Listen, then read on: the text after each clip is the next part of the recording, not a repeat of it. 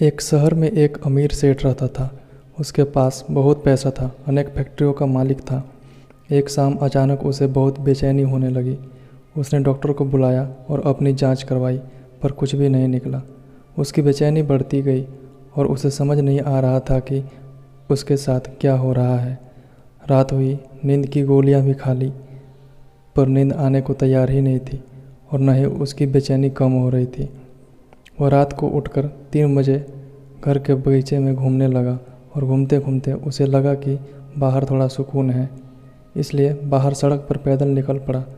चलते चलते हजारों विचार मन में चल रहे थे और वह घर से बहुत दूर निकल आया था और थकान की वजह से वह एक बेंच पर बैठ गया। उसे वहाँ बहुत शांति मिल रही थी। इतने में वहाँ एक कुत्ता आया और उसकी चप्पल उठाकर ले गया। सेठ ने उसे देखा तो वह दूसरी चप्पल उठाकर उस कुत्ते के पीछे भागा। कुत्ता पास के ही एक झोपड़ी में घुस गया। सेठ भी उसके पीछे था। सेठ को करीब आता देख कुत्ते ने चप्पल को छोड़ दी और चला गया। सेठ ने गहरी सांस ली और अपनी चप्पल पहनने लगा। इतने में उसे किसी की रोने की आवाज़ सुनाई दी। वह और करीब गया तो उसे एक झोपड़ी में किसी की आवाज़ आ रही थी।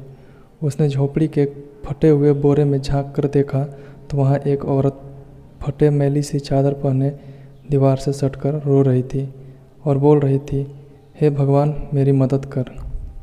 सेठ के मन में आया कि यहाँ से चले जाऊँ, कहीं लोग उसे गलत न समझने। सेठ थोड़ा आगे बढ़ा तो उसके दिल में ख्याल आया कि आखिर वह औरत रो क्यों रही थी, उसको तकलीफ़ क्या है। उसने अपनी दिल की बात सुनी और झोपड़ी में जाकर दरवाज़ा खटखटाया।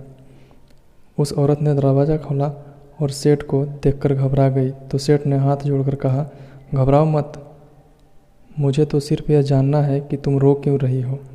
औरत के आंखों में से आंसू टपकने लगे और उसने पास ही एक छोटे से बिस्तर में लिपटी हुई उसकी 7 साल की बच्ची की ओर इशारा किया और रोते रोते कहने लगी, मेरी बच्ची बहुत बीमार है, इसके इलाज के लिए बहुत खर्चा लगेगा और मैं तो घर में जाकर झाड़ू पोछा लगाती हूँ, जैसे तैसे हमारा पेट पालती हूँ, मैं कैसे इसका इलाज करवा पाऊँगी। सेठ ने कहा, तो किसी से मांग लो। इस पर औरत बोली, मैंने सबसे मांग कर देख लिया, खर्चा बहुत है, कोई देने को तैयार ही नहीं है। उस सेठ ने उसे समझाया, कहा, ऐसे रात को रोने से क्या मिलेगा।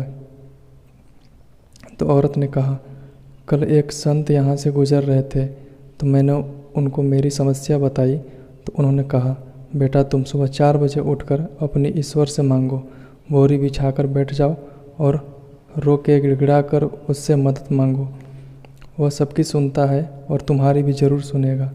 मेरे पास इसके अलावा कोई चारा नहीं था, इसलिए मैं उससे भीख मांग रही थी।